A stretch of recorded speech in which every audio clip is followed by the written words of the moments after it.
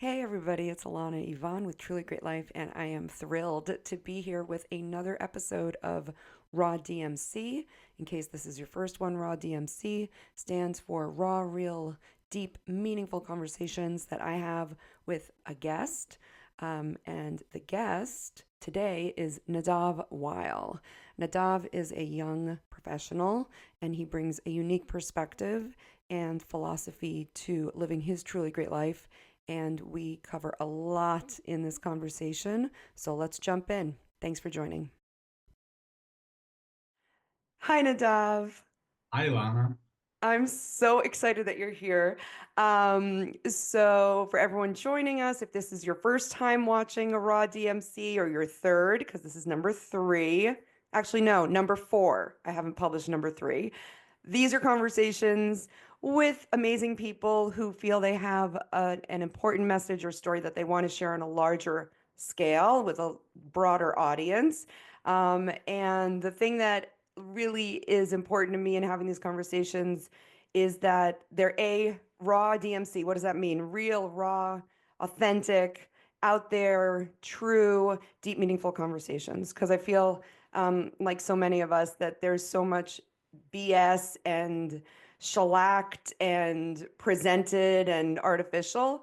And there is a lot of authentic out there. And these conversations are meant for you, the dear listener, to kind of think of what's going on in your life, especially any challenges, changes, the unexpected, and to get strength and inspiration, hope and encouragement, motivation from these people who also have gone through or are coping with challenges, the unexpected changes, etc., etc.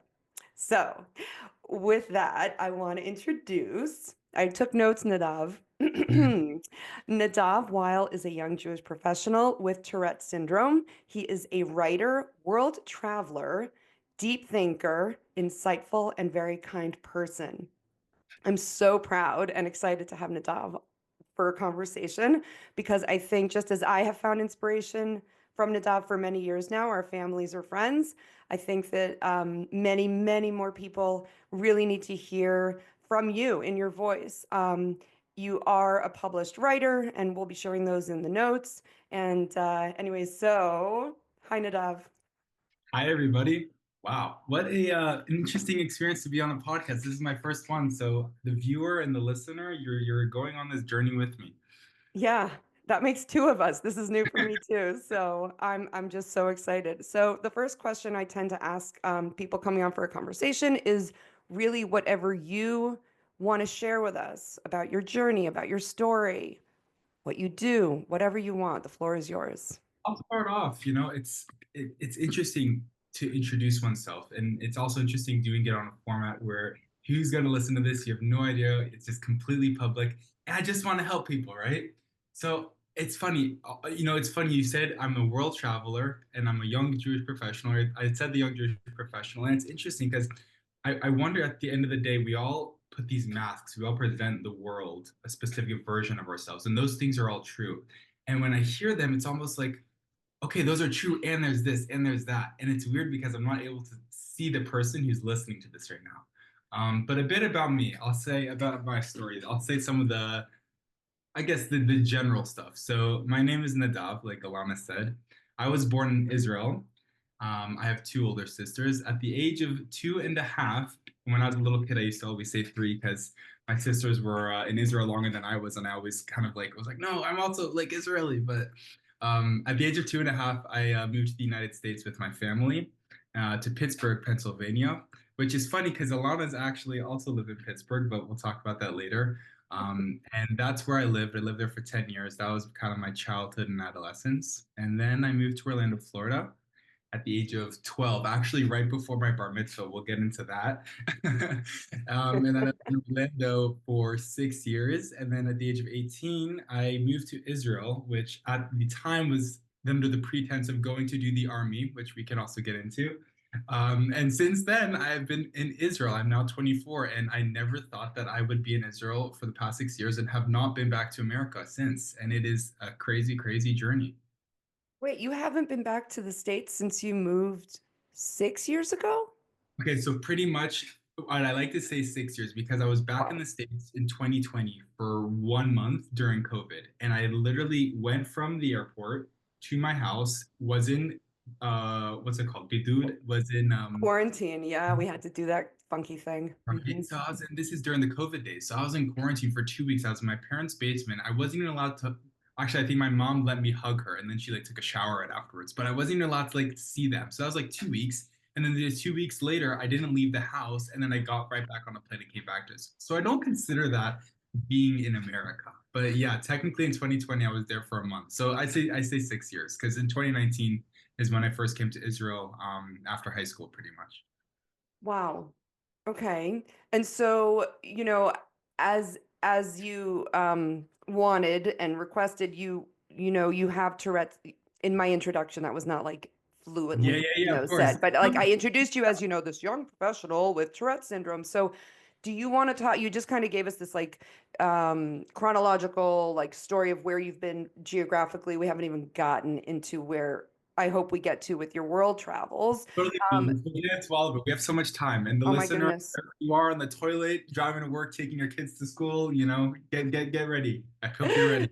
So like can you just because okay, can we talk about the Tourette's for a minute? Of course. That's why So I mentioned it. That's how you should introduce. I do not know at all like pretty much anything about Tourette syndrome. So can you share, given that you just kind of shared with us your childhood and like how you've ended up now in Israel, how what Tourette's syndrome is and how that kind of played out obviously in a way that you're comfortable sharing and in a way that would be helpful for the listener to hear, to learn more and to better understand that childhood growing up, maybe with those moves and those transitions, like, yeah, can you let us know like what you want us to know about it and how that kind of was a For sure. factor maybe?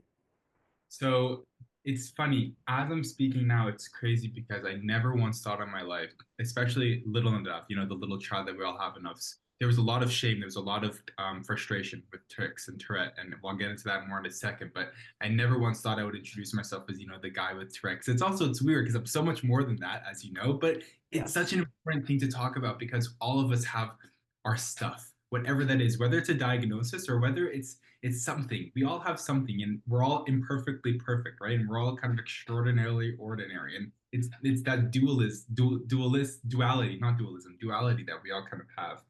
But so I was diagnosed with Tourette syndrome officially at the age of 16. Unofficially, when I first came to the States, like I had mentioned previously, at 2.5, at 3 at this point, my mother, one of our first family friends, we lived on a dead end street in Pittsburgh, Pennsylvania. And if anybody's familiar with Squirrel Hill, that's where we worked. And it's very much this kind of kibbutz vibe. And one of the families, the mother was a neuroscientist or a neurologist, I think a neurologist. And she pretty much told my mom, your son has tics. He has Tourette's. My mom was like, no, he only has ADHD or some behavioral issues. Because for those of you who don't know, I didn't really explain this, but Tourette syndrome is officially defined as we currently know in 2025 as a neurodevelopmental disorder. But it's also a syndrome. And it's all sorts of funny things. So for me, understanding I had Tourette was a really challenging and interesting process. And I say that now looking back at it because I'm smiling. If somebody's watching this video, you can see me smiling. And it was totally not like that. It was much more of a lot of self abnegation, a lot of self rejection. Um, and it showed up. Tourette is weird because a lot of people think of Tourette as it's been displayed in pop culture as, the person who's cursing or the person who's jerking around or, uncontrollable movement, things like that. But there's this really great image that if maybe the listener can close their eyes for a second, if you're driving, don't do that. But if you can close your eyes, to imagine an iceberg. And at the top of the iceberg, there's these two little halves. And one half we'll say is vocal and phonic tics, and on the other half we'll say is physical tics. And those are things like I'll do a couple now. Hopefully, I won't trigger myself because I'm doing a pretty good job of suppressing, which I'll get into later. But if you can imagine a vocal tic, it's something kind of like it could be clearing your throat. It could be something small as like sniffling. it's even now I just did one without realizing it. That's kind of more of a vocal tic, and a physical tic is as implied, something like your shoulder jerking. So if you're watching, kind of like your body moving, these are really small tics. Usually they're really aggressive, and they're really they can be painful. You'll get bruises and things like that, and it can be really challenging. But yeah, underneath this iceberg, that's kind of the tip of it. But underneath the iceberg are all these other, we'll call it by the scientific term. I don't like it so much, but we'll call them comorbidities. And what that is it could be anything from handwriting difficulties to ADHD to rage to you see it with children a lot, like biting, things like that. I know Mm. I don't have any recollection of this, but I know when I was a little kid, my mom used to say that I used to bite, things like that, because there's usually a lot of energy. And a child who does not is not able to speak, a toddler actually, will usually take that out in the form of biting. So a lot of other comorbidities. OCD is a big one. Some people have autism. There's a lot of different comorbidities, and maybe afterwards I'll tell you, Alana, I can send you this image of an iceberg, and you can show it if someone's interested. But Okay. pretty much throughout my childhood, I'd experienced all sorts of different things. So for me and myself, the first things was what I now know as ADHD, which pretty much was me as a kid. I had a lot of energy and I was very interested in stuff. And I remember being in school, and this was at the I don't know if I should say the name, but at the local Jewish school in Pittsburgh. Um, and Jewish schools in general, in my subjective experience, don't tend to be the best with dealing with children who have different needs. Okay. Very good at Jewish education, but not necessarily with other things. And so, Nadav, I'm so sorry. Can you hold that thought for 1 second? Because my sure. dog is insisting on coming into my office. This is Yeah, how yeah. we roll. This is how we roll. But don't lose that Good. thought. Hold on 1 second. Pooch, you want to come in? You have to be quiet.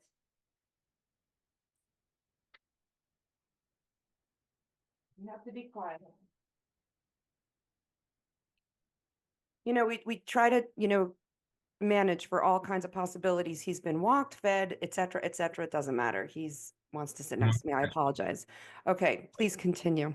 So let me know if I'm still on the right track. I was talking about like Jewish day school not being able to deal with the with Like different able kids. to work with, it depends on the school, obviously, but with, neurodiversity in general. That's a good Um, word to use. Let's use that word. And okay, you're right. Like I said, it depends on the school, and that's why I wanted to it use the word does. subjective. This is completely subjective. This is my experience, and that is in no way telltale of somebody else's experience. And that's a really important thing I want to emphasize is that even with Tourette syndrome, it's so different with every single person. I've met many people with Tourette. Every single one, it's like a different thing. They have different triggers, different ways that it shows. It's a very weird syndrome. And even as somebody who has lived with it my whole life, it's still a challenge and a journey and a joy and all these amazing things to figure out what it is. So don't be hard on yourself if you're like, what is he talking about? But anyways,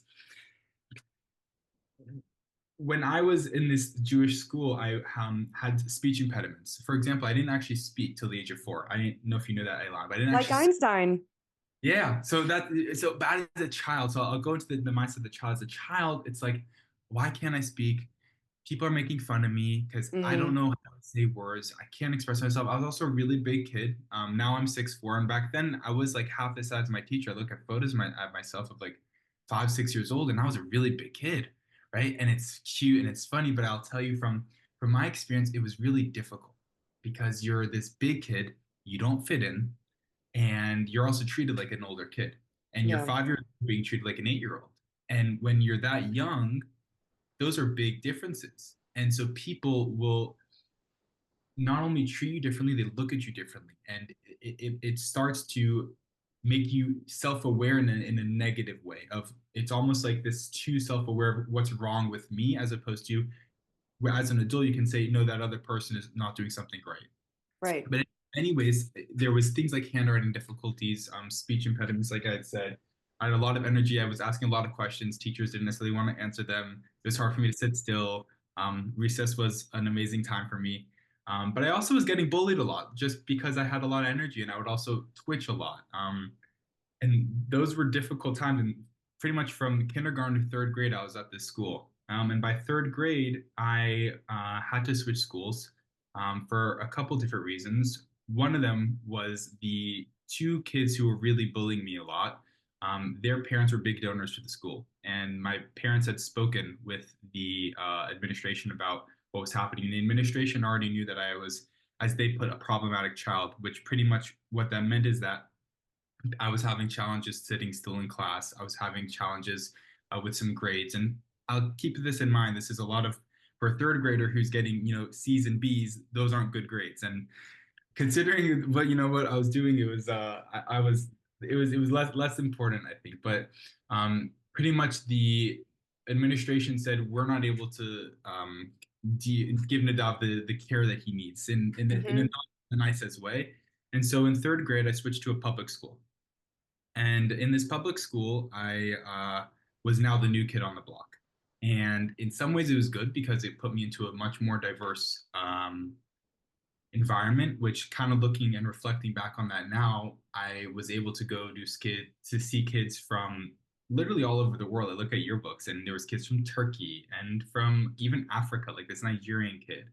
There was also African Americans. I mean, from all over the world. I mean, I can't even list it all, but it was really interesting because it was just a regular public school.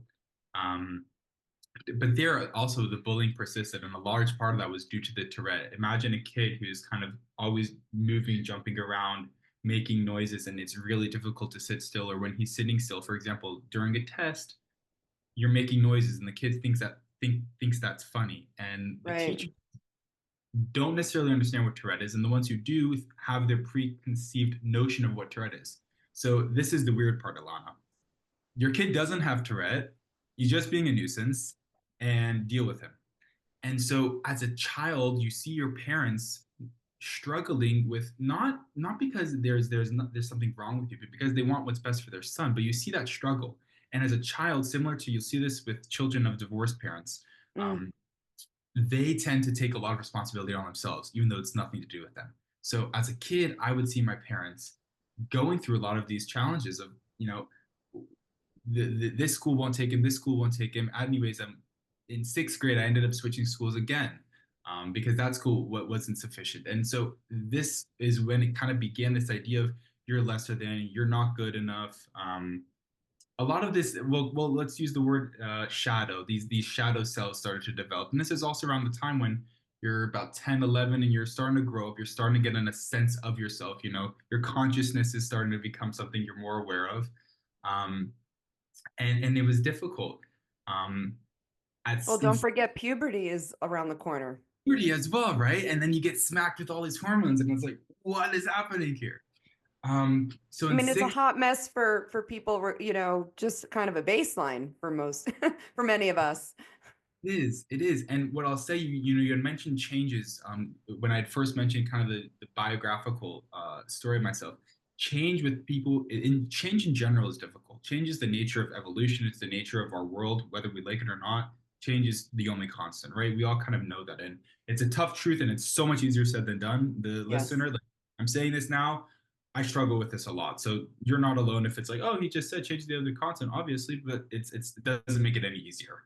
Um, with someone with Tourette, um, and I don't know the exact study, but there's a few studies that have been done. I think it was at Stanford and also McGill University in Canada that neurologically there's actually the way that change is processed with somebody who has Tourette. They've classified it as it being more difficult. Now, I don't like to think that way because it feels to Mm. me almost like a bit of a victim mindset of like, oh, Mm-hmm. this way because it's more difficult. But I just know change in general is difficult, but I also know that people with Tourette's particularly struggle with change. And so in sixth grade, with the puberty starting around the corner, having switched schools 2 points at the 2 times at this point, also being bullied, we moved to Orlando, Florida. And at the time, I remember feeling excited. And let's talk about what is excitement. We usually associate excitement with a positive thing, right? It's fun. Your central nervous system is popping. It's like, ooh, I feel good, right? But Right. excitement can also be when you're nervous, you're excited, right? And it's pretty much your central nervous system is stimulated, and it's not always a positive thing. And I remember the difficulty of leaving behind certain comforts, be Mm. that the bedroom that I had, be that a few of the friends that I had fostered while in Pittsburgh. and even be that the little community that I had. And I also remember the excitement of kind of, okay, I can leave all the bullies behind, and this is a new chapter. And it actually ended up being a really good thing. And so when I moved to Orlando, Florida, in seventh and eighth grade, I went to another Jewish school, but this Jewish school was actually a much better experience. And I made some really good friends. And overall, those were two really good years. There were other challenges that maybe we'll get to in a later podcast because I want to focus more on the Tourette in this one. Um, but those were interesting times because it's also, again, you're moving to a new school. And for whatever reason, during those years, the Tourette had subsided a bit. Now, what does that Mhm. mean? What does it mean for Tourette to subside? Tourette is something that's constantly changing and uh, developing. It's kind of like anti-Semitism in a weird way because anti-Semitism All it's right, a we're going there. think about it. Anti-Semitism is a virus, right? It's always mutating. It's always changing. Sometimes it's better. Sometimes it's worse, right? So Tourette, in that sense, it's kind of like okay, I don't know why, I don't know how, but like sometimes it's like the safe place, and then it becomes bad, right? And then sometimes the difficult place, it becomes better, and so it's always mutating. It's I could talk more about Tourette in the lens of academia, but it's more so I feel it's gone on a bit of a straight point from the original question, which I want you to remind me of because I've lost that, I think. My original question was about your story, your journey, what you do. But I before we even like go back to that, I want to understand more. First of all, am I mispronouncing it when I say Tourette syndrome? Am I like sticking this S in where there really shouldn't be? It's not Tourette's, or I've heard is people say Tourette's, and I've also heard people say Tourette syndrome. I'm okay. honestly not exactly sure. I used to think it was Tourette's, but then it's like Tourette's if with the apostrophe, it's like you have it because it's like Mm-hmm.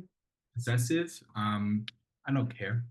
Okay, and then so you mentioned what you termed comorbidities, which again, I understand what you're saying about not really loving that term, but you mentioned tics, you mentioned some other OCD, things, ADHD, handwriting right? difficulties, rage, yeah.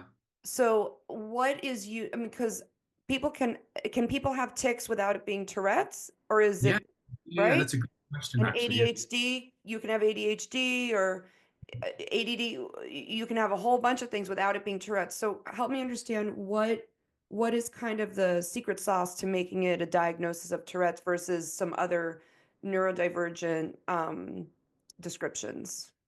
So that's a good question. I mean, this is probably best answered by like a medical professional, like your husband. No, But no, because you live it. You live it. So I want to know how you understand it so that I understand it from someone who's living it and experiencing it as opposed to the, you know, I textbook. would say someone with Tourette, you can have for someone to have Tourette, I think that I'm trying to sway away from the medical definitions because my mind is immediately like, oh, what's the medical definition? But you want me to focus on the real lived However experience. you want to answer it, just because, for me, it sounds like it could potentially be a big mishmash of various things that we hear about, Yeah. for other children who are neurodivergent with different descriptors, right? So, Yeah. it's the Tourette part. I understand it with the physical, like you explained, and with the vocal. And so you don't necessarily have the physical and the vocal with ADHD. Is that one way to understand it, Someone or?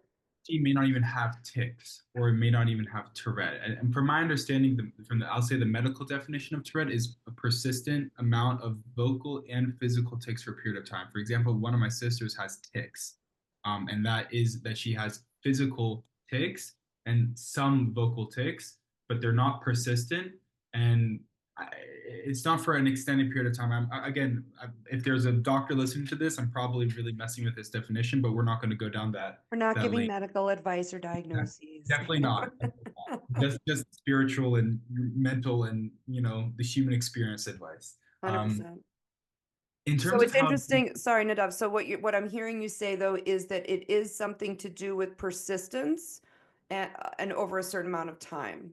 yeah, yeah. Like Okay. since I was a kid and looking again, life must be lived forward. It can only be understood backwards, right? So looking back as a kid, I'm like, I can't. It's not. It's. I don't like it because we think of ADHD, and I actually wrote an article about this. We think about it as a disorder, right? It's like something wrong with your brain, and life in general is not.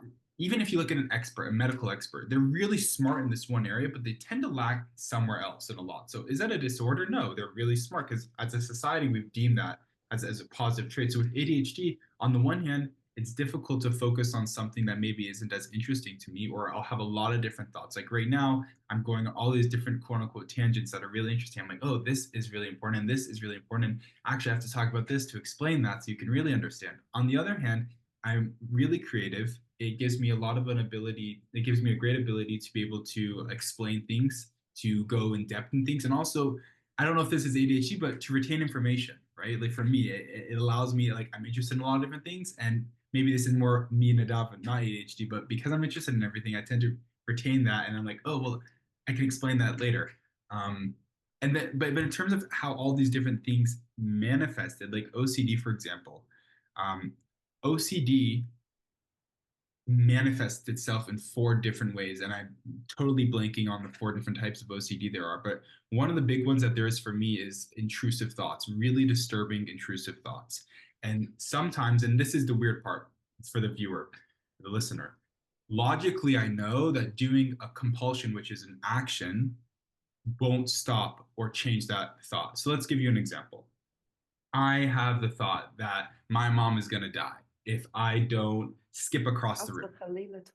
Hasbe Khalila, right? Tfu, tfu, tfu. If I don't skip across the room.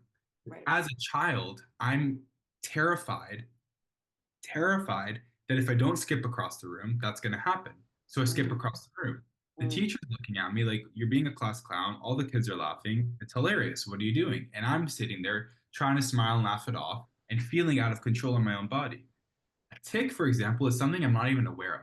I may have even twitched a couple times just talking now, and I'm not even aware of it. Something that just happens. The only thing I could compare it to for the listener who doesn't necessarily have Tourette is imagine a sneeze that you kind of maybe sometimes know it's coming, or it'll just catch you out of the blue, and you'll sneeze, or you have an itch and you can't not itch it, and just kind of there, and it's going to happen either way, and but you already have awareness. Or sometimes when you're going to sleep and your body just twitches. And it's like, whoa, okay, like your leg jerks. It's like completely out of nowhere. And so having OCD antics is really weird because I remember as a kid, a lot of times doctors would try to understand, is it a tick?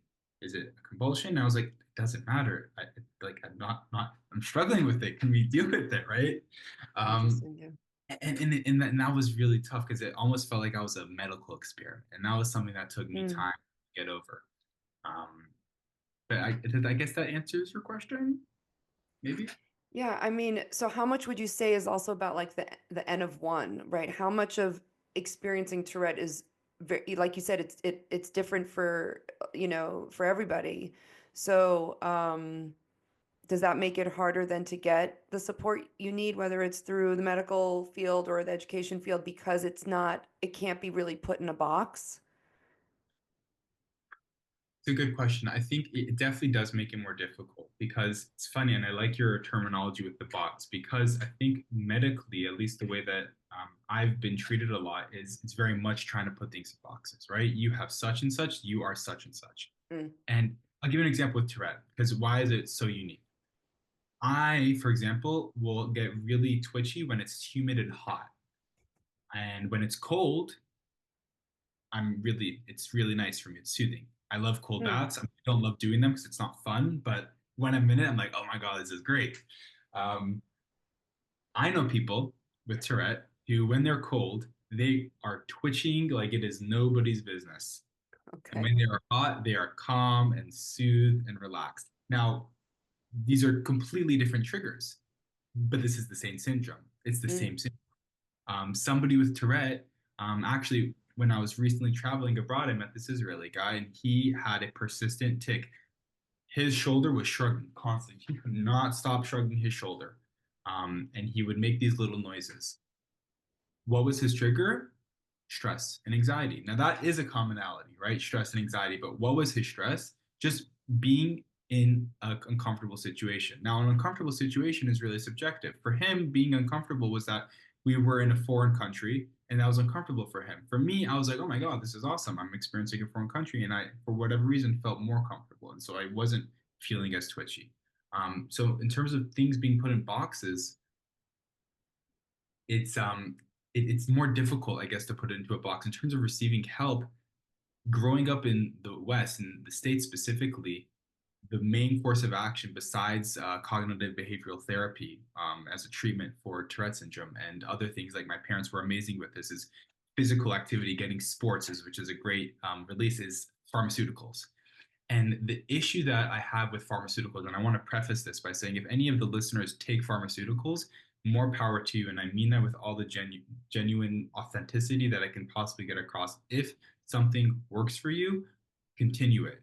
There's no reason to stop it. There's no inherent harm in any one thing. If something works for you, it's good. For me, there's no treatment for Tourette. So doctors, as of right now in this moment of time in 2025, there's no one pill that is the magic pill. So they'll give you different cocktails of pills and they'll try to find different pharmaceutical mixes to alleviate the symptoms. Now, what's the problem with that in my experience? Is it causes side effects, which then they try to give you more prescriptions for those side effects. And not only that, they're giving you prescriptions that are really, if you read what they do, it's really scary. A lot of things that I was prescribed that I refused to take were things like Haldol, antipsychotics, antidepressants.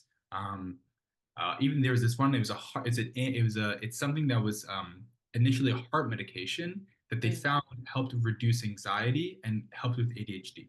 So all of these things I was being prescribed, and I felt at the time broken. I'm bad. Remember, this is more of the childhood things coming up. Something Yeah. wrong with me. How I'm going to get fixed. And as a child, you look to the authority. You're knowing better than I am. You're going to help me. So you try these things, but it messes with you because also you're a growing child. Your brain is going through fantastical changes, and you're influencing that with these pharmaceutical medications, which we don't know that much about. We're talking about 100 years, which is really nothing in the scheme of things of how much we actually know. And if you look at what medical practice, common medical practice was 100 years ago, we think some of that stuff's kind of messed up. So I guarantee you, if at some point in the space-time continuum, some one viewer of this podcast watches this 100 years from now, you're gonna be like, God, what were they doing back then? The freaking like the lunatics. Why were they giving people these like antipsychotics for Tourette syndrome? Why didn't they just take blood or like go and take cold showers and exercise? Like, why didn't we prescribe people that? Which, on a little tangent, that was partly from yeah. And if it isn't clear now, I was prescribed some of these medications, and for a period of time, I did take them. Specifically, when I was 16, I was going through a particularly difficult point in my life, and I was prescribed these medications, and they did help me for a period of time. But over time, my quality of life was just not what it was, and I felt numb. I didn't feel myself. Um, and eventually, I did something kind of radical. I started doing my own research, and I was really, really slow about it. This was when so from the age of 16, I was prescribed a few bit different medications, and I was taking them.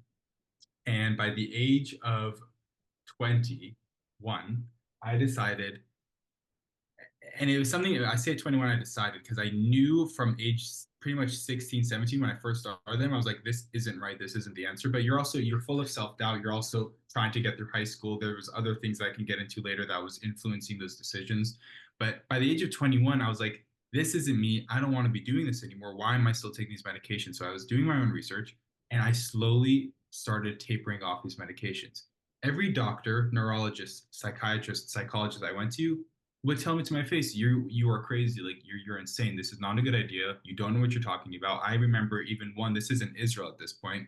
Um, One actually told me you should be committed to a facility. Like this is not okay. Like you're doing something wrong. And I thought to myself, I was like, you don't know that much about me. This is through the Israeli medical what's it called, like the Kupat Cholim, the Right. It's a socialized medical system. right. And so Right. this person doesn't know me other than a couple pieces of paper according to my ID number, and they're telling me what's best for me.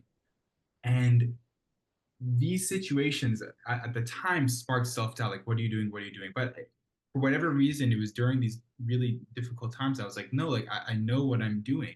And trusting yourself is a very difficult thing to do, but it's also very rewarding. And I remember saying, I don't have to take this medication. There's no way that for the what 300,000 years that Homo sapiens have been around, that Tourette syndrome or ADHD or whatever we want to call these things that we have terms for nowadays were dealt with through these medications that have only existed for the past 100 years. There have to be other ways. So it wasn't just, okay, I'm going to taper off these medications. It's how can I find ways to use the power within my body to not replace, but to provide a salve for myself. And so as I was tapering off these medications, I also started exercising a lot more, which is something I had been doing, but I had stopped because when I started these medications, I lost my drive to do that because it numbed me. And there's a lot of issues with the pharmacological the chem the chemistry, the pharmacology, and the biology of how it can affect a growing brain, somebody who's under the age of 25. But I had started exercising more. I started changing my diet. There's a lot of research that we now know about how your gut is literally your second brain and how your Mhm. gut literally affect your well-being, right? Think about it's in our language, go with your gut. What's your gut tell you to do? And so we think about, if you really think about it, that it's a big factor. And I started looking into what we would call alternative ways to deal with Tourette syndrome. And I started implementing those into my life. And as I was doing that, I was slowly tapering off the medication.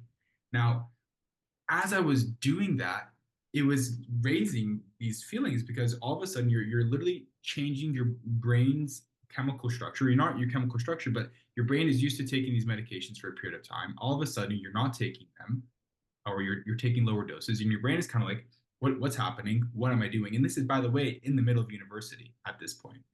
This is when I'm 21.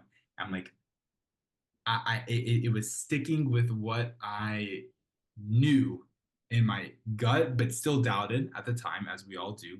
Every single person, we all have our doubts. But sticking with that and saying, I got this. Like I know that this is not the right answer. This pharmaceuticals, and I know that I have the power within me. And eventually, I actually got off all of these things. I got off every medication, and I haven't been on one since. And every doctor I've spoken to is still saying, you're struggling with some anxiety. You should try this medication. I said, could I just try? Would you prescribe maybe running 4 times a week instead? And they're like, no, because like we don't know if that works. I'm like, okay, interesting. Um, but yeah, I guess that was a kind of a really long answer to Wow. that. No, this is all fascinating. It goes without saying, medical disclaimer, medical disclaimer, medical disclaimer. None of us are are advising any medical advice. This is But I want the viewer, the listener, to know that this is like a very small segment of my overall experience, and this is not beyond a medical disclaimer. It's not advice. This is how I managed to get through something. And if you're more interested about it afterwards, you can send me a message, and Alana will attach a way to talk to me about it. But don't do something, even if quote unquote you think it's the best thing to do, without really consulting your family, consulting professionals around you, doing research. Don't just make a rash decision. But yes, medical, whatever it is, advisory, medical disclaimer. La, la, la. playing. No, I've had to do this with I think all of my conversations now, just whatever. But I mean, so it sounds like what has been working for you includes diet, definitely includes your personal development and your mental attitude and your framing of things, right? That's on the like a cognitive-ish level. And then physical exercise, which I know there is research out there that, physical exercise can be as effective as I think it's an anti-anxiety or an antidepressant. I don't remember which one, but there is research out there about the efficacy of physical, movement. And we do know that movement, um, you know, is we all, most of us feel a lot better when we move. The stagnation is not our natural way of being, regardless of any other challenges physically or mentally Just that we may interrupt have. you real quick. If you think about exercise, and it shouldn't be surprising that it's such a powerful tool. Because what is, for example, going on a run, and this is not my original quote, this is something that I read somewhere, but it's popping out right now as you said that. Yeah, yeah. Running and exercising is kind of the opposite of a drug. Why? Because when you're running, it doesn't feel good when you're doing it. You feel weak. You don't feel let's say, pleasant, comfortable, positive emotions all the time, although sometimes you can.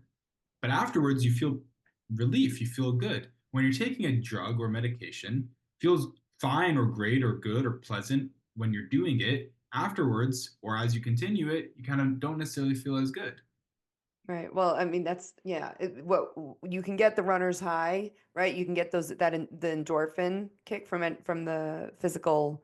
I don't know if it's a runner's high because I have to say I've never I mean, I had don't that. run. I've read about it. I hate running. I run because it's totally the mental game for me. I don't enjoy running. I don't enjoy physical activity per se. I enjoy moving my body, stretching. I enjoy it, but the cardio, all that stuff, I don't enjoy it. It's totally because I know that it's good for my brain, and it's me deciding this is my medication.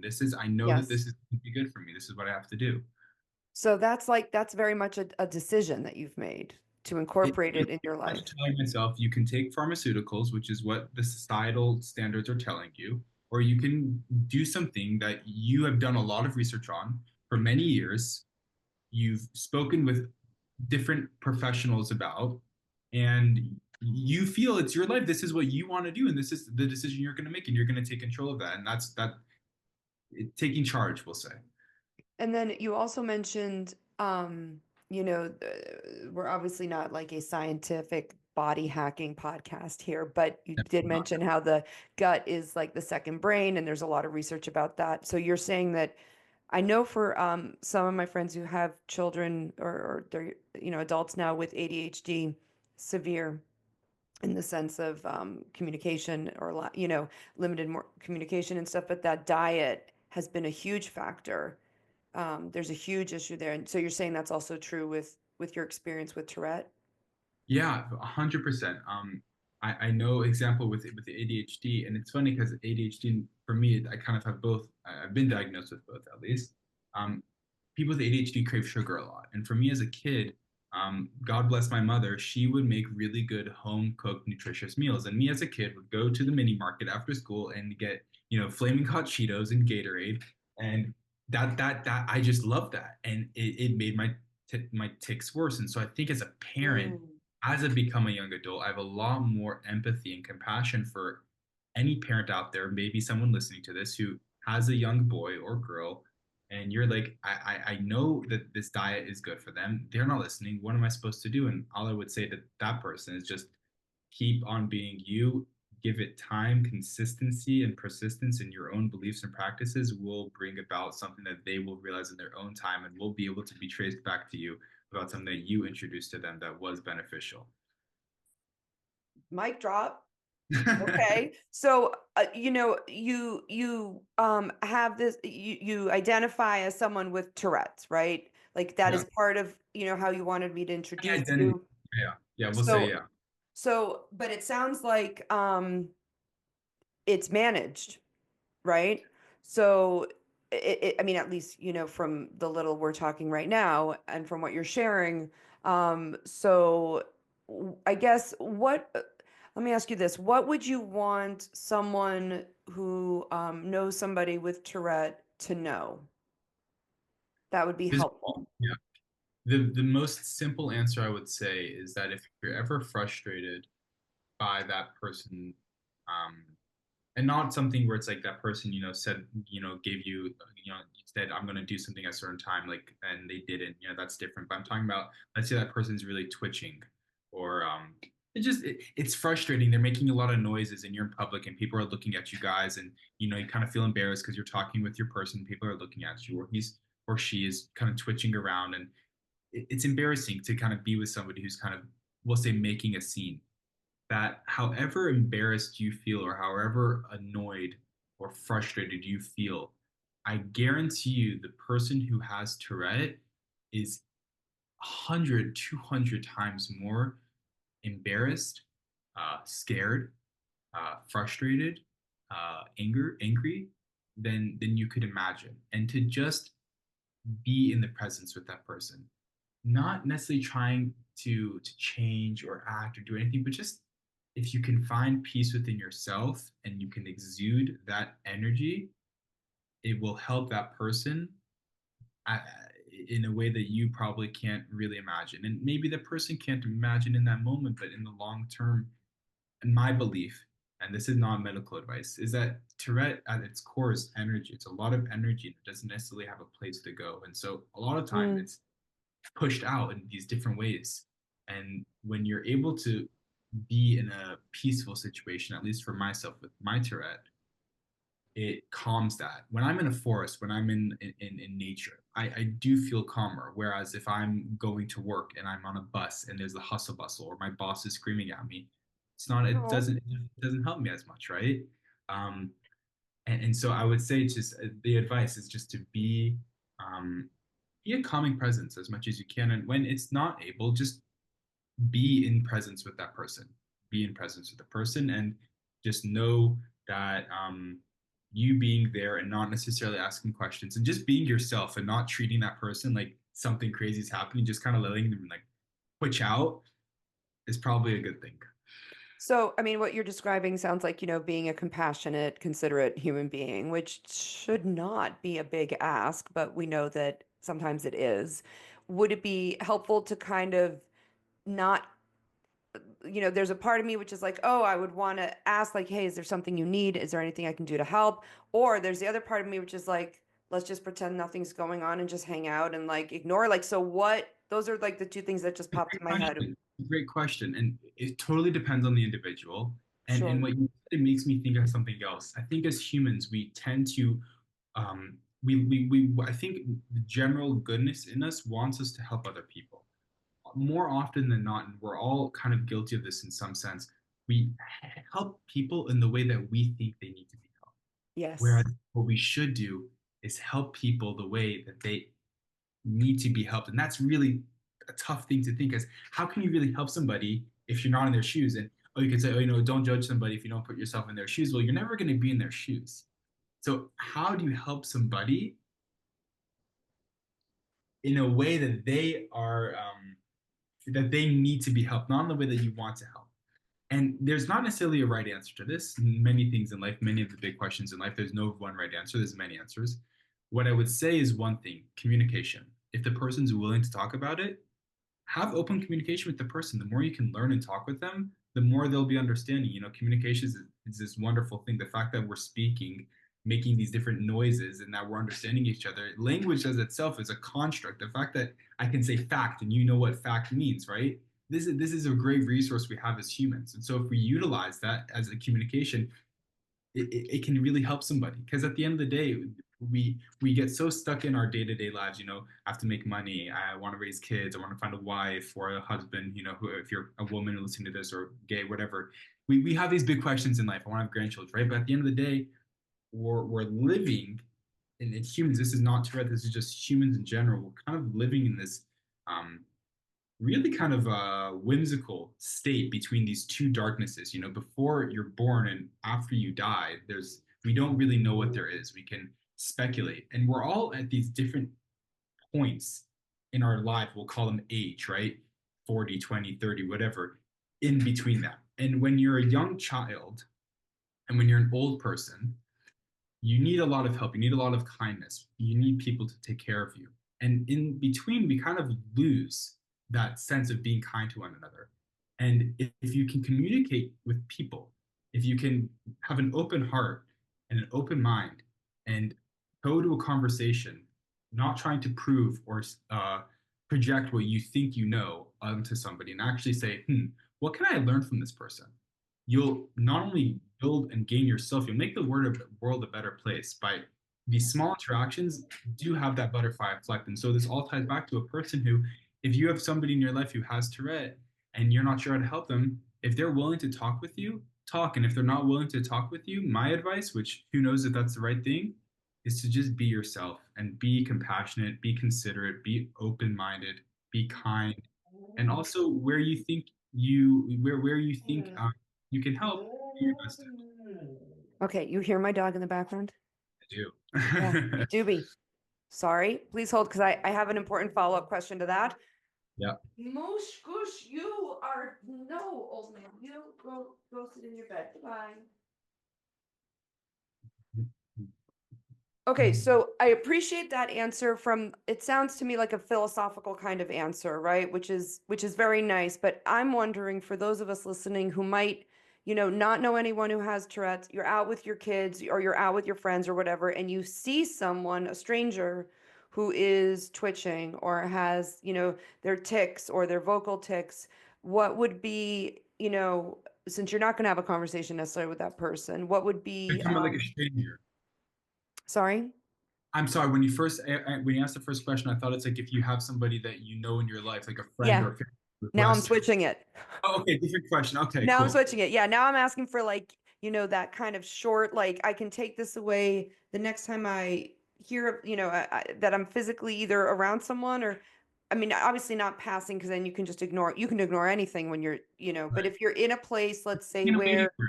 Yeah, in a waiting room at a doctor's office kind of yeah, thing, where and there's it feels disruptive, like you said, right? Where it feels like, you know, it's a what, really yeah, it's a tough question. It's disruptive. It's like I'm sorry to interrupt, but it's like no, no, you're no, sitting in a waiting room and there's a person and everybody's quiet reading, I was gonna say reading the newspaper, but I guess people are on their phones nowadays. And this person is like, just kind of making these noises and jerking around. My answer is a bit different because I think as someone with Tourette, I can have maybe an understanding in a way that somebody else might not. But my personal thing is to just kind of sit and be yourself. Now, I don't know if that's the right answer. I really don't know if that's the right answer. And if it's no. really disruptive, what I would say is do your best to take care of yourself without disturbing that person.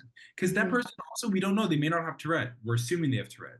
They may have, if they're not making, for example, they don't have vocal tics and they're just spazzing, they might have Parkinson's, or if they may be on drugs. I don't know. We have I hear no idea you. what's happening at any given point. So, and this is maybe just in life in general, but if you see something that you don't particularly understand, we tend to make judgments pretty quick, all of us. Even the people who advise don't make judgments. We all make judgments, and something to be aware of, and it's something we can always work better on. If that's a good way to put it. Yeah, Um, yeah. but if you so apply that to any situation, when, for example, I'll bring up my boss again, screaming at work. I'm coming on this podcast after a hard day at the office, so this is what's on my Mhm. mind. Are you going back to the office? You sure you want to? I'm just No, no, no, okay, so I don't want to lose the point. So, and when my boss is screaming at me, and I know I haven't done anything wrong, and my colleague is kind of like, yeah, this is just her going on her rant. I don't think, God, she is such a bitch, or God, she's so annoying. I'm like, no, I have no idea what's going on in her life. I have no idea what her childhood, her adolescence, her adult life is like. I have things that I think I know, but I don't fully know. And it doesn't make it okay, by the way, what she's doing. If she's really, which sometimes she will, verbally harassing, right, or insulting, mm, it's also me knowing when I need to leave the situation. But I don't really know. And so I focus on the situation, on imagining it's almost like every word or action that is hurtful, it kind of just brushes over your shoulder. And it's very easy to say and very difficult to do. But if you can not take something like that personally and realize it has nothing to do with you. For example, so the waiting room, somebody's twitching or making this noise, and it's like, wow, is it really annoying? Reflect, why is it annoying? Obviously, there's making a noise, maybe you're trying to focus, but the more, I think it was Carl Jung who said something like this, when the things that perturb us in others reflect more about what perturbs us about ourselves. right. And it's the same in any situation. It doesn't mean that if somebody is making a ruckus that it's okay. And there are certain points, especially I can imagine as a parent and as someone who's worked in childcare, there are certain points when children are, we'll say, crossing certain boundaries, and that you do need to intervene. But if you're sitting and it's a doctor's office in this example we're talking about, sometimes the best thing to do is to take care of yourself. Put in some headphones, listen to some music, take a walk. Don't necessarily assume that you know what's best for that person. Now, for me, it's also a lot about reading the situation. Sometimes I personally, Nadav, will feel comfortable going up and maybe saying, "Hey, are you okay?" Or not saying, "Are you okay?" but be just sitting next to him. Kind of, for me, it's reading the situation. I'm someone who I think has a pretty decent IQ, EQ, and can go and kind of read that situation. So it's hard to say this is what you should do because I think it's completely subjective. Also, it's weird about a podcast for me. It's like how would I advise people? I want to speak to them and get to know them because I would not say the same thing to one person as I would to another person for no other reason than for me to be genuine and authentic with my advice. I want to understand what is this person really need, not what do I think is good for this person, right? Okay. So I would like to segue with what you're saying into, if we can, please. I know there's a million ways we can, million rabbit holes we can go down, but I'm really curious, given what we're talking about with Tourette, how that manifested in your world travels. Because when I described you as a world traveler, I'm not exaggerating. It's not like you did a summer in Europe. So are you comfortable if we switch to the topic of your, I want to say just rabbit holes. My mind talk about ADHD. We'll say like there's much to talk about. So if the viewer's interested, we can do more podcasts in the futures. Alana's going to be doing great things, so I'll be back. We'll see. And but anyways, yes, world travels. We'll talk about it. Tourette and the twitchy traveler. We'll the talk about Twitchy Travel? You should make a yeah. Substack. That sounds good. The Twitchy Traveler. Instagram I made. We'll see how it goes. Yeah. So, wait, say that again. Okay, so I made an Instagram. This is totally like I just made this. I don't know what's going to happen with it. It's called a tall twitchy traveler. Oh my Um, God. So I'm not sure what we're gonna do with that, but yeah. We'll put all But the anyway, links in the comments, people. yeah, yeah, yeah. What is it like to travel with Tourette? It's a great question. What's it like to travel as Nadav? Let's see. So I think the first one you're referring to, because this is the first time I had spoken to you, is when I saw I think it's your grandfather, Ilana. He was buried in Uzbekistan. Is that correct? Or your great grand? My great grandmother, Great my grandmother. grandmother's mother passed when they were there during World War II. Yeah. I did that. So let's see. Let me do some background. So while I was in university, there's a lot of missing holes. So I'm just going to answer this question, which is going to be tough for me to do because I feel like there's a lot of missing background, but that's okay. We'll answer that later on in future podcasts. Hopefully, the listener will be intrigued and want to know more. Um, You know what? I, It's just, am I intrigued that we want to keep having conversations, and okay. whoever Yeah, gets yeah, to yeah. join, Dude, I can't until I start hearing like, massive amounts of people who are requesting certain things, then, dude, it's that's what's very, fun for us. we got to be authentic to what Ilana Ivan's podcast is. And It's thank you for the correction. That's a very good point. Anyways, okay, so let's see. This is 2022. I'm 21 years old. I've just finished my second year of university in Israel. There's a 3-year degree, so I'm heading into my last year. and it's Um, COVID. and it's COVID. And I should mention this. This is good background. When I came to Israel, I had mentioned previously the army. I was looking, amongst many things, for a nice Jewish Israeli girl. This is something I'd been thinking about for a long time. I was like, Israel's the place to do it, our homeland. This is where we're gonna go. And I'd gone to all sorts of different avenues in that search. When I went to Bar Ilan University, which is a more religious university, it's one of the ones in Israel you actually have to have Jewish credits to graduate. I was in the international school. And surprisingly, to my surprise at least, there's a lot of people from all sorts of walks of life from all over the world in this school. And during COVID, you get to know the international students a lot more. And I met a girl, and we became very good friends. And one thing led to another after a series of many hanging outs in groups and all sorts of stuff. And she became my girlfriend. And we had a wonderful relationship.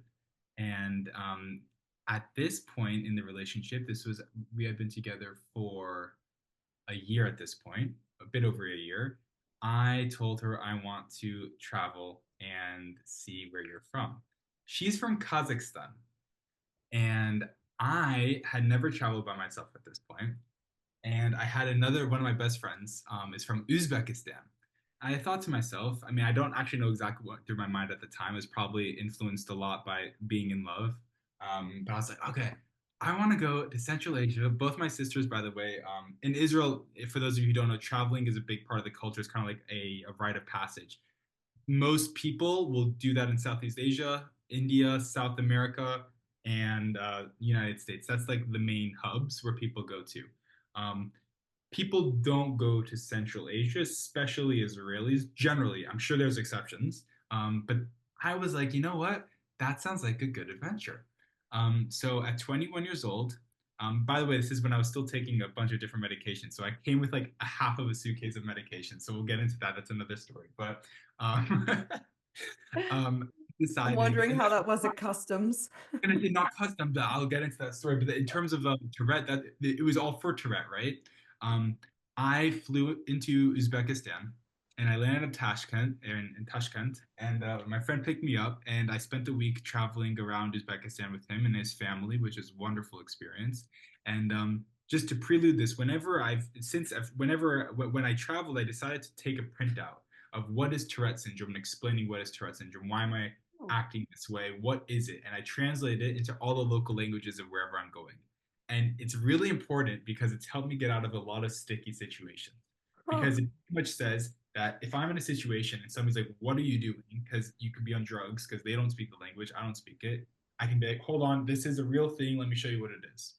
Um, so that's something I've always traveled with. But anyways, I was in Uzbekistan for a week.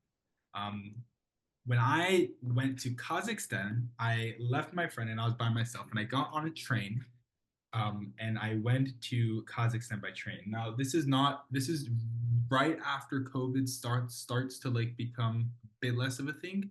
So people aren't really traveling, and the only travelers are Uzbeks, Kazakhs. There was a couple Tajiks and some Kyrgyz people, like local Central Asians, and me. And when I got And you're how tall again?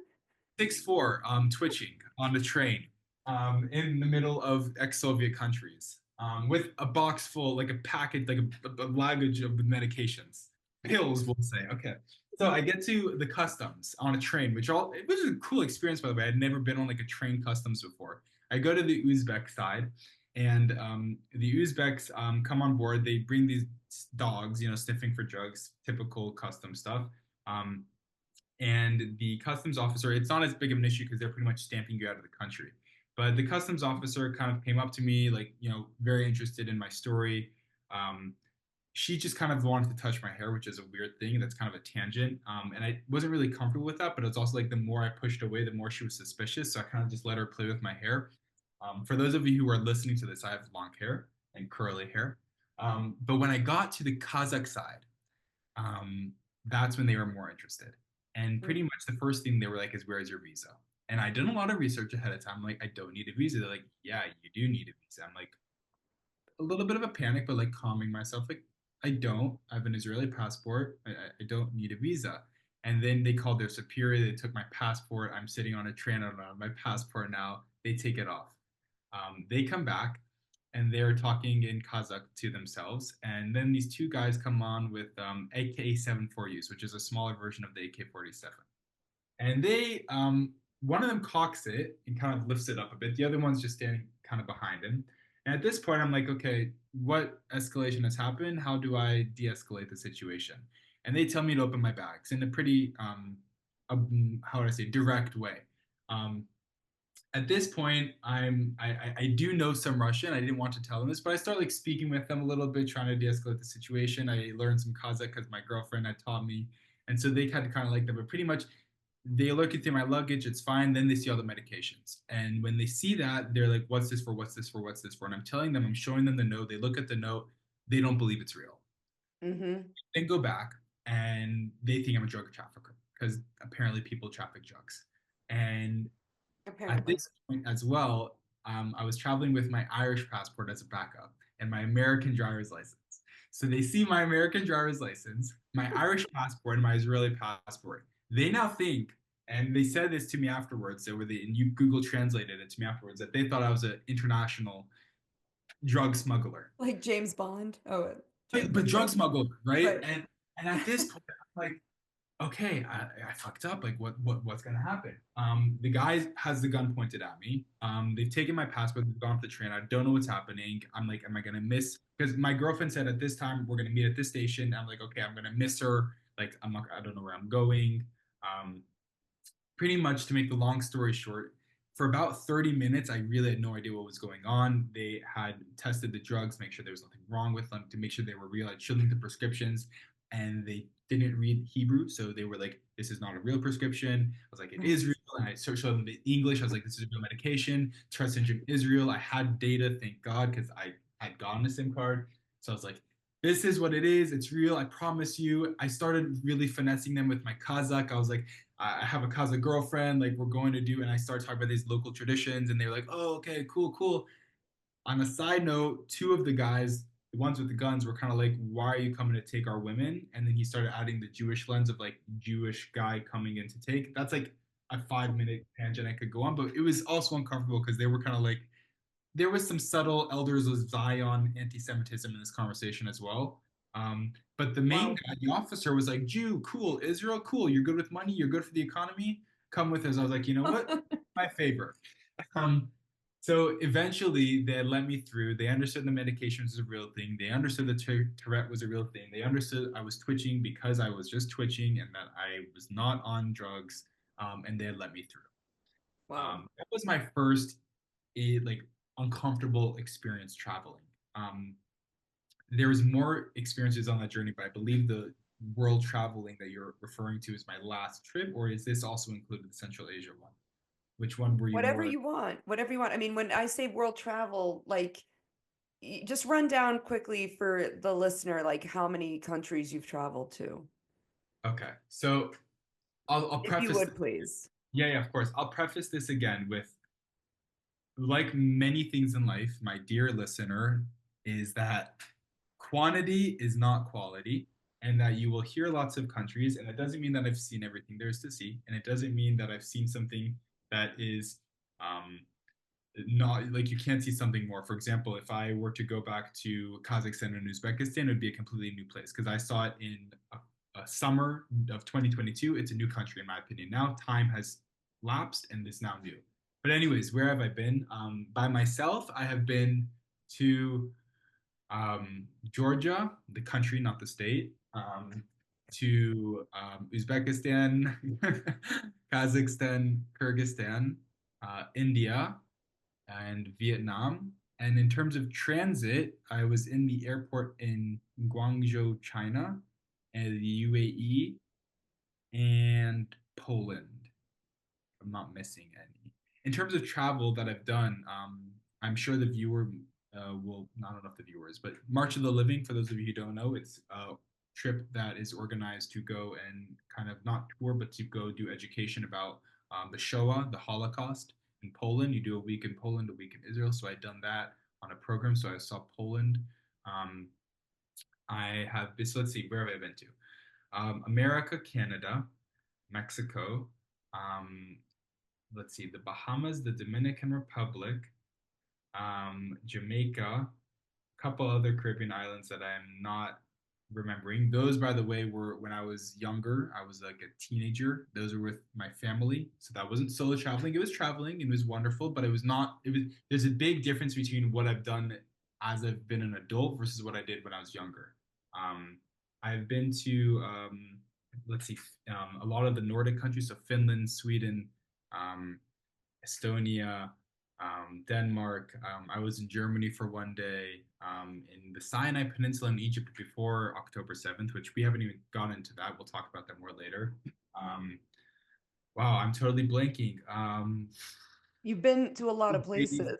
Turkey. I've been to a lot of places, but I've also seen very little. I think the world is so incredibly vast, and for me, it's so not like a check, check, check. It's so much more of like, what an incredible privilege it is that been able to see these places in my lifetime, and also to have this weird awareness of like it's so small, it's so finite. These places are so everywhere is constantly changing.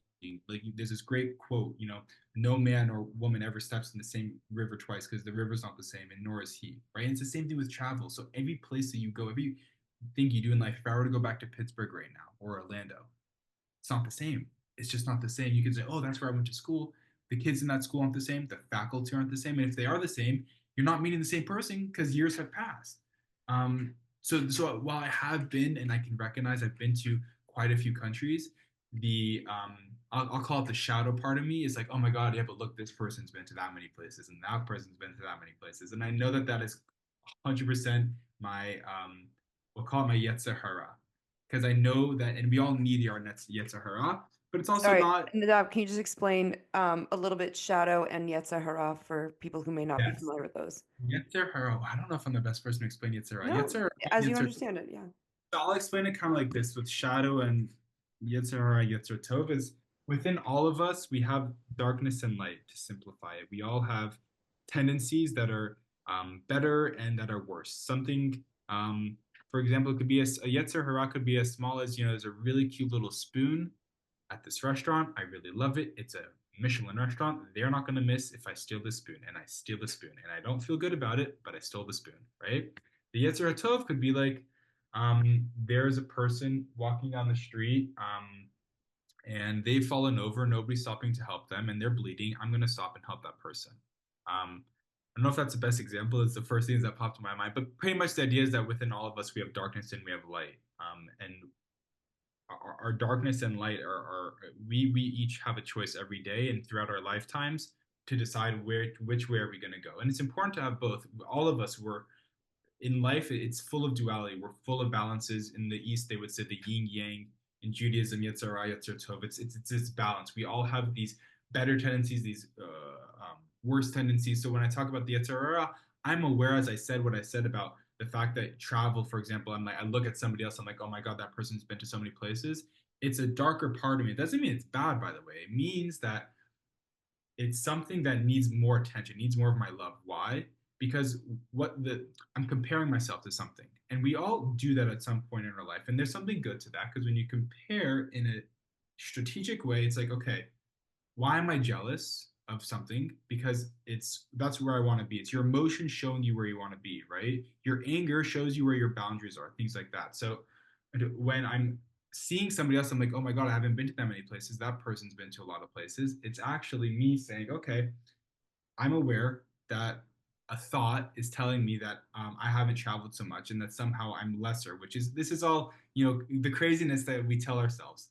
But I'm also reminding myself with my Yetzer Hatov that you're wonderful. The fact that you've traveled at all, that you went to university, got a double degree in Israel, that you graduated high school, that all these big things that I didn't think I was going to be able to do, you're winning the game. Why? Because it's not a game, and you're winning it because you're doing the things that you were told you weren't going to be able to do, and your only competition is yourself. And the best way to kill something beautiful is to compare it to something else.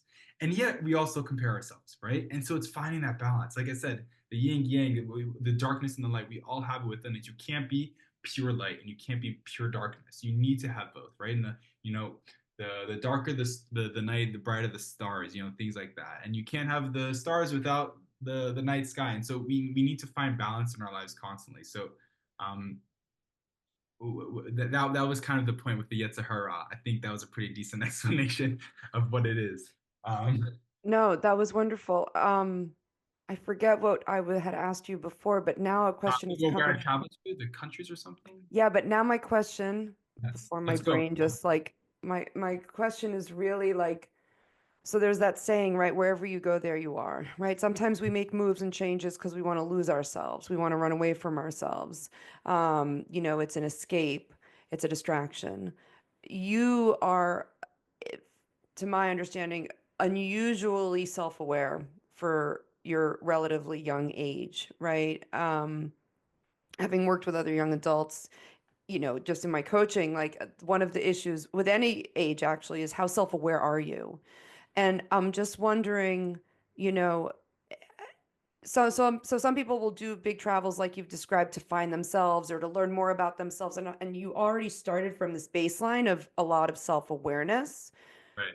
to my understanding, partly influenced by the struggles that you did go through with your diagnoses and the whole, story as a child and growing up because you were forced to look in that mirror every day, whether it was someone telling you there's something wrong and we have to fix it, or that you shouldn't be this way and now, work within this box.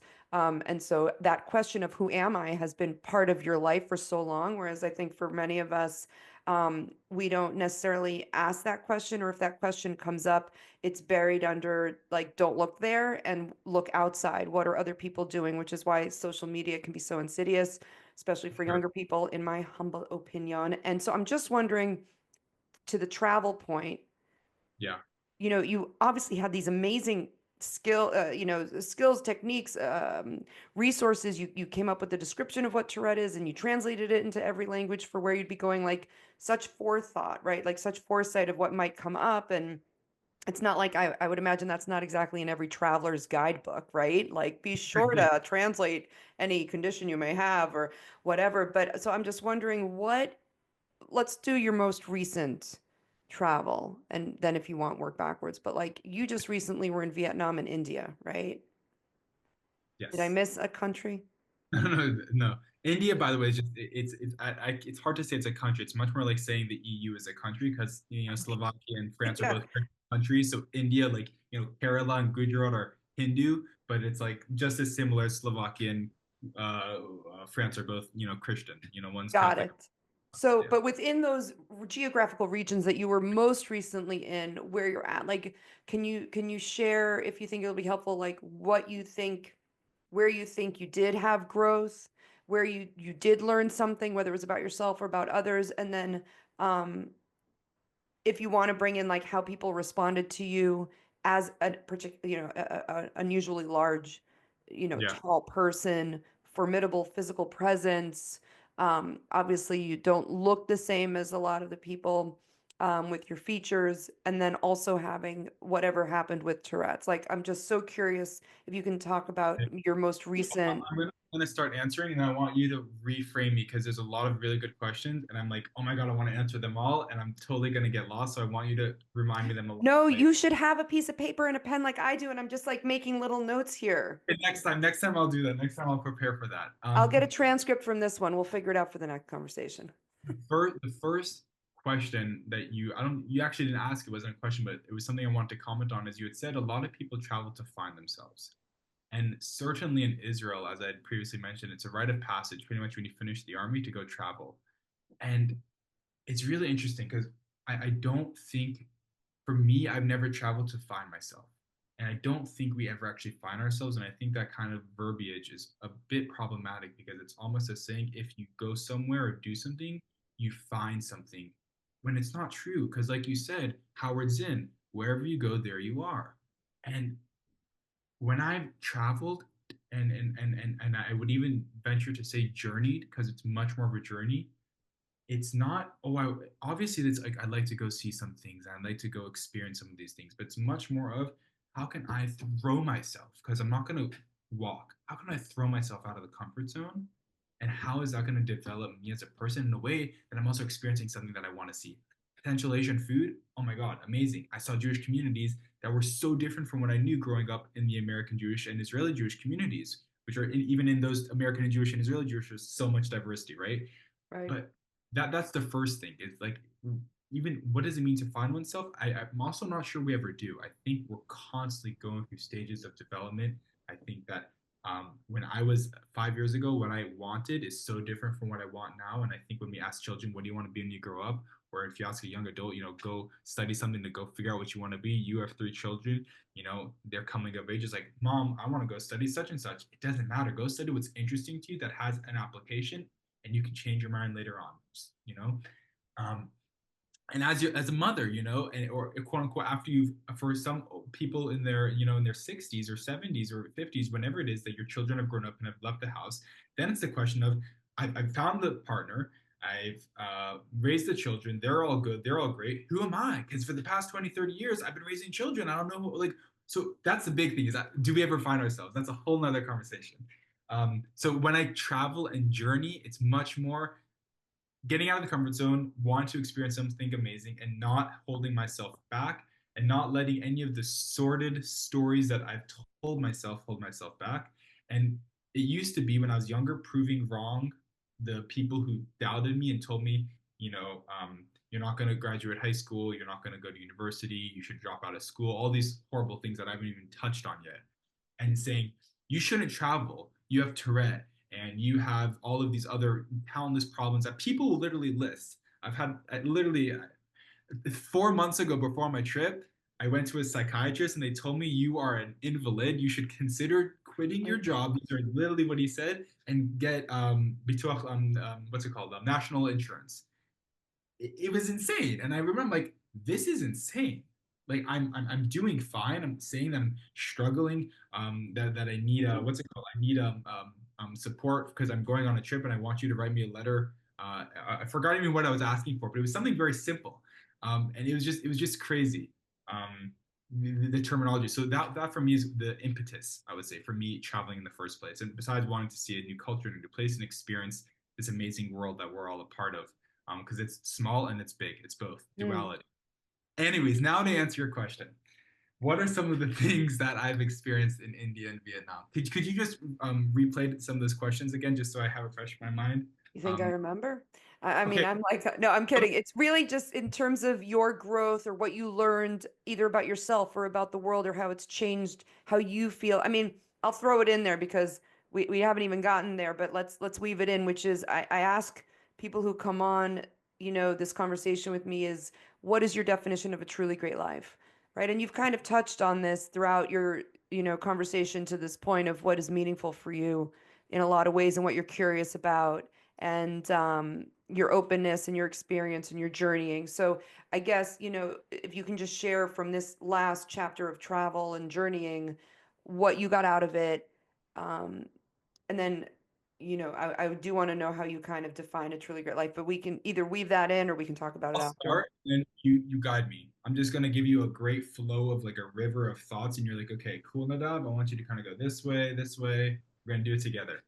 So when I went on this recent trip, unlike this trip to Central Asia, and also I hadn't mentioned when I went to Georgia with my girlfriend, that was also I'd gone by myself, but I met her, as in I was not solo. This trip, I went solo. I went into the gauntlet, we'll say. I got on a plane, having not traveled in over a year. Yeah, and in a year. Um, and I flew into Mumbai. And I got off the plane and I had a taxi booked. And I was like, what the fuck did I just do? The amount of people, we talk about populated places in the world. Yeah, the first thing that hit me is, yeah, this is the most populated place in the world. The amount of people that are everywhere. Talk about stimulation. Um, it was insane. And so I remember getting to my hostel, which, by the way, what I've never stayed in a hostel before. A hostel, by the way, is a place that you sleep with other people in the same room, strangers. You've never met them before. You have all your stuff, all your passports, all your money, and you lock it up and you just hope it's gonna go well, right? This is complete outside the comfort zone. By the way, if viewer, if listener, you should journal. I journal a lot. It's really good. If I look at my journal, I was like, what the fuck was happening? What was I doing? I'm so far out of my comfort zone. I don't know where my bounds are anymore. I'm like, what am I doing? And when I got off the taxi, I got there at 4 a.m. This was a neighborhood that was not, as we would define, a good neighborhood. Mm. People walking the streets half clothed. There were some prostitutes, smells, sewage, stuff that I had not even expected to experience. So here I am with a big backpack and a small backpack, and the door's locked. And I'm like, okay, okay. Eventually, after 20 minutes, I'm banging on the door. I'm like, I'm not getting stuck here. People are looking at me. I got in. The room's not ready. So I ended up sleeping outside, getting bit by mosquitoes. I was like, okay, at least I'm inside a wall. I'm not going to be attacked. I managed to doze off for about 30 minutes. I eventually checked in to the hostel, and that was my first introduction to Mumbai. And through pretty much, I have to preface this. When I went to India, the whole impetus for me going there was because a friend of mine from university at Bar Ilan was getting married in the south, and I wanted to go to his wedding. And what I kind of did was took it as it was kind of like that was the node of going outside the comfort zone. I'm like, oh, okay, I'll go do that. And I was like, hold on, Nadav, how can I make you more uncomfortable to grow more? So I'm like, okay, we're gonna make a trip out of this. We're gonna make a journey out of this. So I decided to make something that could have been 1 week into 3 months. Um, but anyways, back to the point of so the biggest things in India that I noticed for myself is people, and I journaled about this as well, and I'll publish this later on. People don't understand what Tourette syndrome is, which is really ironic because I ended up speaking with this Indian woman who did know what it was, and she said there's a lot of national education about what it is, which was really interesting. I'll give you an example just to fast forward in the trip a bit because this is about 5, 6 weeks into the trip. I was by myself in Udaipur, Rajasthan, and this day was one of the most difficult ones on my trip. This is after my Mm. friend's wedding had happened, and I was by myself. And I was walking around the city, and I kid you not, every place I went, be it a restaurant, a cafe, walking down the street, at one point or another, somebody was looking at me. And stares are something that's really difficult to deal with because sometimes you're like, okay, maybe you're the foreigner, you're the tall guy, you have the hair, and stares are something I'm somewhat used to. And I say used to because it's still uncomfortable. I'm like, okay, I can understand that. When you see people, and this was triggering for me because as a kid, people used to make fun of me in many ways and bully me in many ways. One of those ways was imitating my tics because I couldn't control it. They'd make fun of it. It's hilarious for them. It's awful for you. It's kind of like if you have a big mole on your face and people are drawing moles on their face, right? You don't like it, something you're struggling with, somebody's making fun of that. This was the first time in a big situation where I would be walking down the street and there'd be like 10 people um, staring at me and with their friends, like literally imitating my twitches, Wow. like word by word. I'd be walking down, ignoring them, and they'd follow me.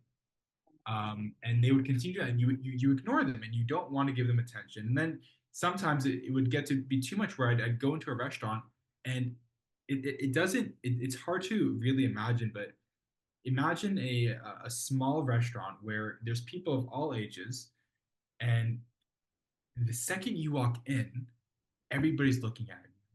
And after about 2 minutes of sitting down, I'm starting to twitch more because, just it's hot as well. And people are looking at me. So I'm a bit uncomfortable. So I'm twitching a bit. At least half the people in the restaurant, not just children you can excuse because children aren't necessarily as knowing of what it is, but adults start imitating your tics. And it's incredibly uncomfortable. And the staff go along with it as well. Oh my And it's gosh. where can I find a latitude? Where can I find a sanctuary for myself? It's like everywhere I'm going, I'm getting hammered with being made fun of. And what was interesting, and I can say this in hindsight, is it allowed me to face a lot of my own shadow of why am I so uncomfortable with this? And I realized it was because I'd been bullied so much. It was something that I had learned to bully myself about of like, oh, it's uncomfortable, it's not okay, it's bad. And it's besides the physical discomfort of trying to eat and like you're eating with the fork and then you throw the fork across the room. And Hmm. you do that on purpose. And it doesn't feel like you. But obviously, if you explain to somebody, it's like, I just saw you throw a fork. You're gonna tell me that wasn't you.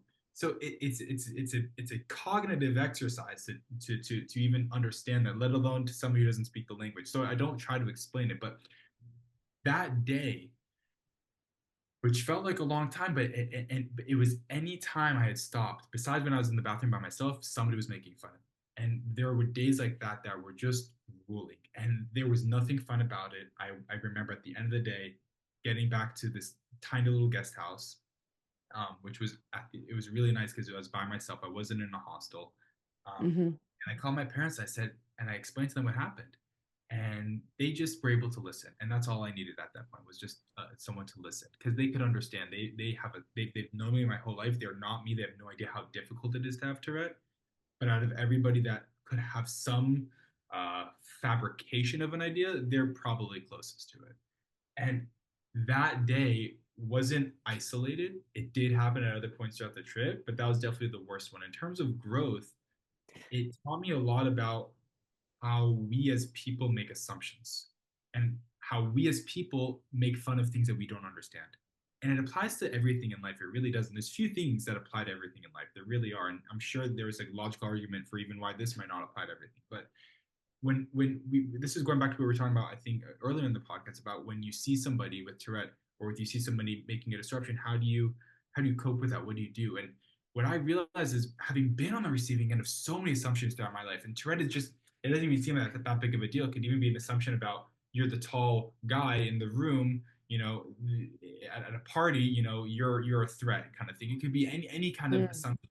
Having been on the receiving end of so many assumptions, I've learned how incredibly often they're not true and inaccurate. And on the one hand, from a survival mechanism, we need to have an idea of okay, you see, you're a woman, you're by yourself at night, there's a guy walking down this alley. You're going to make some assumptions, right?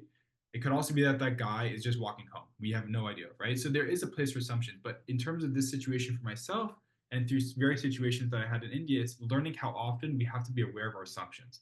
And more than that, our perceptions. Because our perceptions are what make our reality. You know, we talk about the grass being green.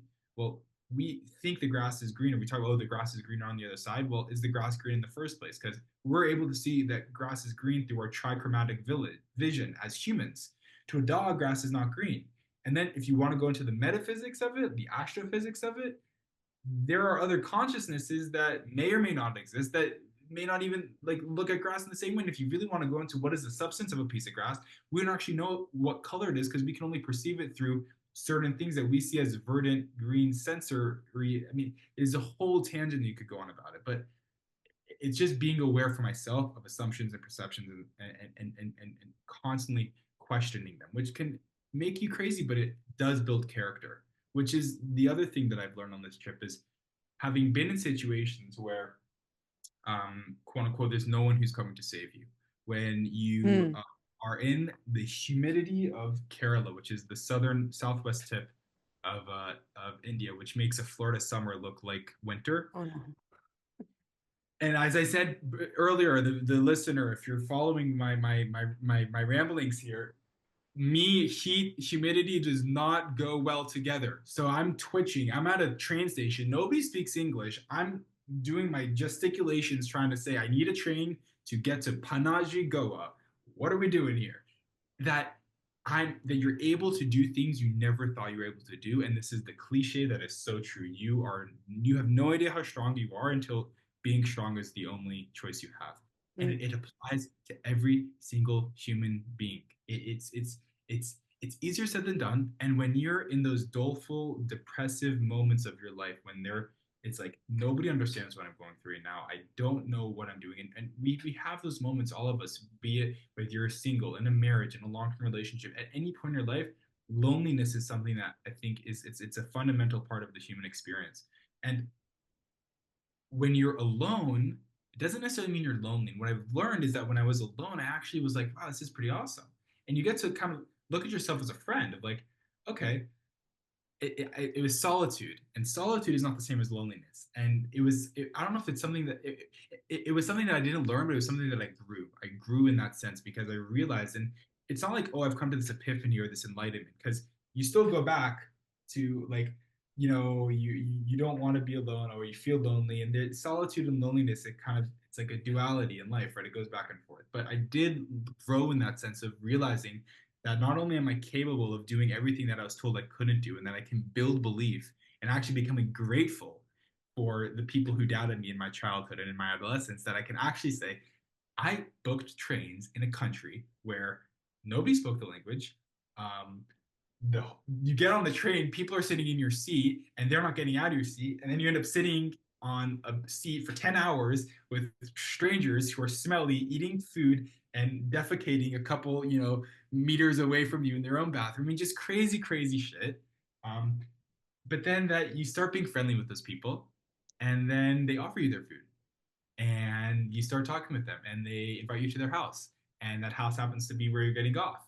And then you have these amazing experiences that you couldn't have had if you were fearful, or if you were so into your own, sense of, oh my God, these crazy Indians. Because what is an Indian, right? What is an American? Like, these are, again, constructs that we've made. There's so many different people. I mean, look at America right now, right? What is an American? Like, there's somebody in the same city. There's like thousands and hundreds of thousands of different people, right? So it's understanding that in terms of a growth idea, that humans are humans, and that there, like I've said in previous points of this podcast, there is humans who have chosen darkness in this life. Hamas, people have chosen darkness, and they need to be dealt with in a certain way. There are some people who have gone so far into the darkness, as it was Khalid ibn Walid. He was a Umayyad conqueror. He had said, "Be wary, my reader." This is not a direct quote, because you will meet people in your life who worship death as much as you worship life. And there are people like that in the world. And there's people like that in India. I had an experience where there was a guy who had a little tuk-tuk, and he had a big Palestinian flag, and he wanted to hurt me. And I knew he wanted to hurt me, and I had to deal with that in a specific situation. But those are other stories for other times. That was how did I grow in this journey?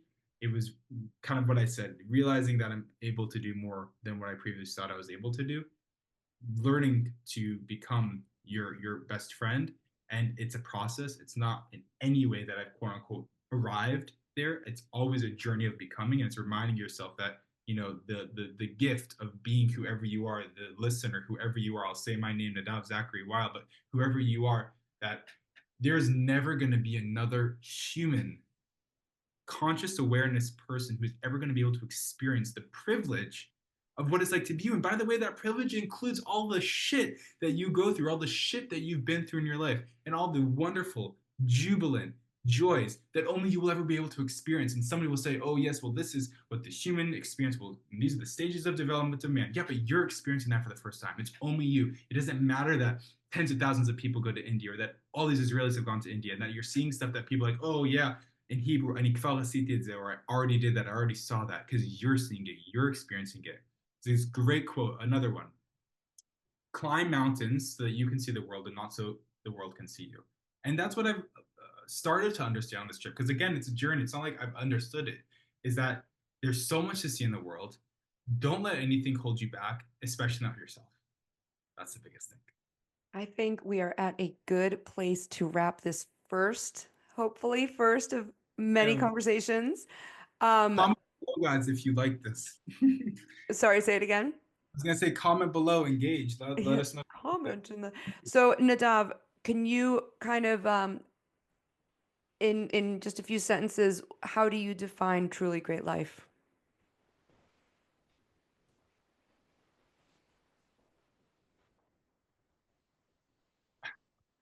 I'm gonna answer this in a kind of a Jewish way. The first question is, how would you define a truly great life? It's something that you have to decide for yourself. So how do I, Nadav, define it? You should only take from it what is beneficial for you as an I experiencing whoever you are. Um, for me, a truly great life is um, having exemplary family and friends in my life, people who love me and who I love them, and who I can understand on a deep level. And Bezrat Hashem, finding myself in Eshet Chayil and being able to journey through my life with her at my side, and being able to experience the the stages of development that we're all going to go through. What was it like to be a little boy? What was it like to be a young boy, a teenage boy, now a young man? What's it? I'll probably be married in the next 5 years. So what's it like to be single right now and have no idea what I'm doing? And I don't like my job. How am I going to figure it out? Where am I going to go next? And as difficult as that is, I'm like, oh my God, I don't want to do this anymore. That's part of a great life. If everything was good all the time, it wouldn't be worthwhile. It's like if you eat really good mac and cheese every day, you're going to feel sick, right? Mac and cheese is really good, but if you eat it all the time, it's not going to be good. You're not going to like it anymore. It's not going to make you feel good. And it's finding pleasure in French. It's called mes petits plaisirs, in the little pleasures. It's when you're on a day where maybe your children are really bothering you and you are just exhausted and you're like, I haven't slept well, or you are all by yourself and you feel very lonely and you just want somebody to give you a hug. It could be something like making up a cup of coffee or buying a cup of coffee, sitting in a cafe and looking at the steam as it rises, and just the beauty of how that interacts with the environment around it. It could be, for me, opening up a can of sardines at work, and I'm like, oh, I've had a tough day, and I'll open up the can of sardines, and it's like, look how perfectly they're aligned. That's really cool. How cool is that? It could be, it's those little things. And so, what's a truly great life? It's not only the little things. It's not only who you're doing it with. Like I said, family and friends, and people who are I'll say are your people, and your people are different because you have different people for different things. But at the end of the day, it's your kehillah, it's your community. And truly, what's wonderful is when you meet friends and those friends introduce you to other friends, and then you're all kind of friends together. We're living in a weird time. By the way, all times are weird, but we're living in a weird time because we're part of time, where we're not living in these small communities. I can look at myself. I have friends in all sorts of different places, and it's really tough because it's like, where is home? And I don't really have home. Home is, it's the cliche, home where is where the heart is. Well, home is kind of where I am. It's where I'm going to make it for myself. And like I said, when I do find my wife one day, we'll make a home. But it's also when you find kindred souls, you know, home is, it can be as something as small as going and having a cup of coffee with a friend and having somebody to talk to. And so, what is a truly great life? It's all those things that I mentioned, and it's understanding that you, as an I, someone who's aware of what it's like to be, let's say, Nadav Weil, or whoever you are, Ilana Ivan, are going through a incredible, inexplicable, um, ineffable experience that is you and something that only you will ever experience. And to understand that to feel the greatest pleasures is to feel the greatest sufferings, and that you have to give space to everything. To everything, there's a turn. And the greatness of it is to be aware and to enjoy the journey and the destination and the experience of it all. And that this answer that I'm giving right now might be very different later on, right? Because I'll be a different person. So it's also being able to ride that wave. So all those different answers, I guess that's the one kind of answer of a truly great life. And my last thing, the viewer, it's really sitting with yourself, breathing in, and even realizing with the breath, it shows how provided you are. You're able to breathe air, like you're able to experience it. And sometimes it's like, oh God, I'm not having a good day. This Nadav guy, like he's too positive. And I'm like, listen, viewer, listener, I'm not always like this. I'm on a podcast right now. I have my doleful doubts. I have my down days. So your truly great life is really something you're going to figure out for yourself. And it can be difficult, but it's also lovely when you start to be able to bounce what is a truly great life off of other ideas. And my last thing I'll leave you with, I start not off of other ideas, off of other people. The last thing I'll leave you with is just like Ilana has created a podcast and she can bring on different people and ask them what a truly great life is. I wonder, I speculate, I have no idea. I could be completely off. But maybe part of her truly great life is hearing what other people's definitions of truly great are. That was so beautiful. I love that. I love everything that you said. And that was very insightful and sweet because I do get great pleasure out of meeting and connecting with people as you and I have talked about before. And really just yeah, I mean, you said it extremely eloquently, but I so appreciate you coming on, Nadav. I know we have a lot more that we can talk about. I feel like this is a good place to pin the other Definitely. topics for now. So appreciate you. It's words of wisdom throughout. And please let the viewer slash listener know how they can get in touch with you. And I'll put it in the description also. It's funny because I say like I'm a young professional. Guys, I'm just figuring this out like everybody else is. If you want to send me a message to collaborate, if you maybe have an opportunity or you'd like to discuss something, you have a question, you just want to say, hello, my name is such and such. Best way to reach me is email nadavzwile@gmail.com. We'll type that below, I'm sure, so that you can make sure there's no spelling mistakes. If you want to check out my Instagram, like I said actually previously in the podcast, a tall, twitchy traveler. I have a private one which I'm not going to put on. That's for my friends and stuff. But if we start emailing it and I decide it's okay, you can add that as well. So email is probably the best way to reach me. My LinkedIn I'll also put down below. And just be yourself. If you're like, should I send them an email? Should I not? Just say hello and we'll have a conversation. We'll see where it goes. Beautiful. Thank you so much, Nadav, and I look forward to having more conversations. Likewise. Thank you for having me, Alana. Awesome. Thanks everyone for joining us. We'll see you in the next one. Hey guys, was that not amazing? Isn't Nadav incredible? I am a huge fan, as you could probably tell if you made it to the end of the conversation. Thank you for sticking with us. I hope you got something very powerful out of it. There is a lot to be gained, I think, from hearing Nadav's story and his approach. Please, please, please share this episode with anybody that you know who either can identify with Nadav or has someone in their life who could benefit from hearing his story. And thanks again for coming on. Again, if you or someone you know has a message or a story that you feel should be heard on a larger scale, want to come on the show, talk about what you've gone through, changes you've made, challenges you've overcome or are overcoming, and are still getting up every day and pursuing your version of a truly great life, I do want to hear from you. Let's talk. So reach out to me at trulygreatlife.com. Thanks again, guys, and see you on the next one.